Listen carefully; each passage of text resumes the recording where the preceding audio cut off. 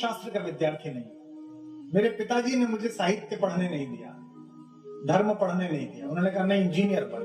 तो मैंने तो चोरी छुपे थोड़ा बहुत पढ़ा है और सत्संग से सीखा है।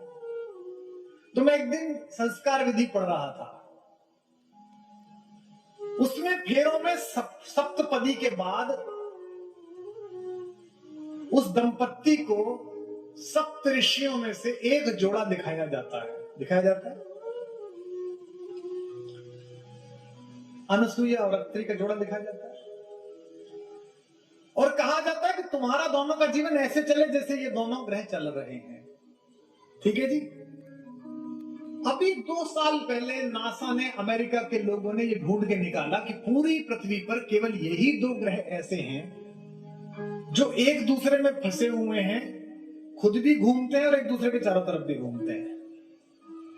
यानी कि हे दंपतियों, तुम स्वयं भी प्रगति करना, लेकिन एक दूसरे के साथ रहकर ऐसे प्रगति करना कि तुम्हारा परिवार प्रगति करता लगे, तुम एक दूसरे में उठे हुए। अब जब देखने का शीशा नहीं था, जब परावर्तक नहीं था, जब मैग्नीफायर नहीं था, जब बांस की नली में से देखा जा रहा था, उस समय कैसे पता चला? इसका मतलब कोई तो ज्ञान की ऐसी कड़ी है जो बीच में टूटी है। कोई तो बात है कि हम ऐसे थे और आज ऐसे हो गए कि अमेरिका हमें सफरों का देश कहने लगा।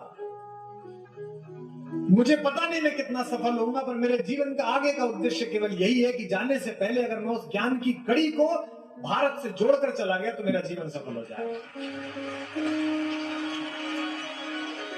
और मैं सुना भी इसलिए रहा हूं, इस पर मैं कल परसों आपको सुनाऊंगा। भगवान राम, वनवासी राम और राजा राम, आज इस देश को इन तीनों की जरूरत है। राजा की जरूरत है कि शासन चला सके ऐसा जिसमें ताड़का, सुबाहु और खरदूषण जैसे आंतरिक आतंकवादियों को मारने में एक पल न लगाए, और अगर देश के बाहर कोई गद्दारी करे तो उसके घर में घुस के मारने में एक पल न लगाए। वनवासी राम की जरूरत है कि दलितों, वंचितों, मल्लाहों, निषादों, कोल, किरात, भीलों को, जो ये समझते हैं कि हमारी मुख्य धारा से थोड़ी दूरी है, उनको कलेजे से लगा सके। उस निषाद को गले लगाकर राम ये कह सके कि तुमसे गले मिलता हूं तो मुझे भरत की याद आ जाती है। ये भारत का राजा बोल रहा है। इस देश की एकात्मकता के लिए राम की जरूरत है।